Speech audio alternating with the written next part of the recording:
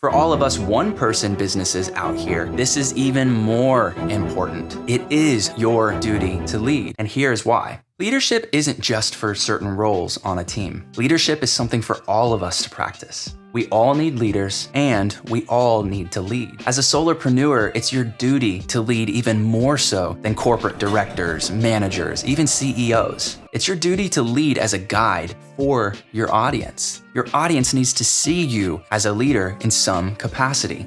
It's your duty to lead as an example for anybody that's counting on your success. And the first examples that pop in my head are kids and family. People are counting on you to thrive, and even more so than that, just simply survive. It's your duty to lead as a guide for younger professionals following a similar path to yours. Become that Yoda, become the sensei, become the guide, the teacher, the coach. If that's not what you want, that's totally fine. But understand that every day that you're out there in the world, you're representing yourself a certain way. And people have impressions of who you are and who you're not. So it's important that we come across as a guide or a leader for younger professionals that are following in those footsteps. It's just a good way to live. It's your duty also to lead as an advocate for your customers. They need to know that you have their back. And somebody that has somebody else's back, they're possessing leadership qualities in displaying that, in saying it, in demonstrating it. You're a leader.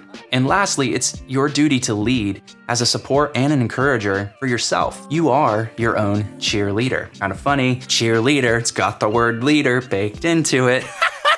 You got to be able to support yourself. You need to be the person that can pick yourself back up off the ground, even when part of you, or almost all of you, is just in shambles. Simply put, everybody is counting on you. No pressure, right?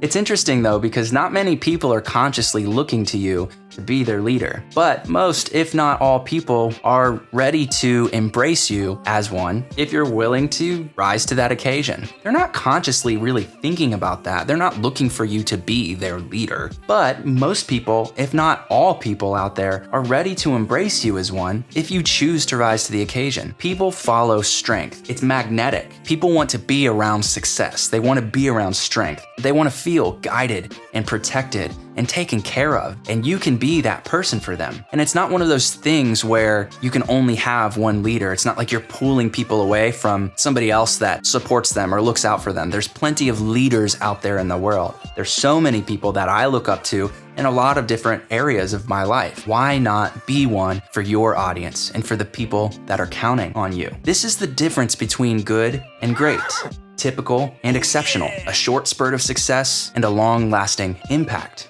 What does it mean to be a leader though? Well, each situation will require different actions or character qualities to be tapped into. But here's a list of what leaders are. Leaders are brave, not timid. Leaders are kind, not conniving. Leaders are givers, not takers.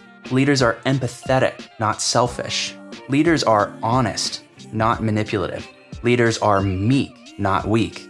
And lastly, leaders are strong, not commandeering. If you want to truly progress to the next chapter in your journey, a large dose of leadership will be required, and no moment is too soon to begin sharpening these abilities. Think of one tricky situation that you're currently in. What would a real leader do? Go back to that bullet list I just mentioned. Where are you? Follow in the footsteps of leaders that you've seen demonstrate this well. Repeat this exercise over and over in every moment of your coming days, and you will begin to chisel out the true leader that already lives within you. Be careful though, for the heaviest burdens are placed on the select few who can bear it. This is a badge of honor though. Embrace the struggle. Take pride in the story you begin to write yourself. The best view from the mountain is always up at the top, and I will see you along the way as I continue on my path as well. Until next time, peace.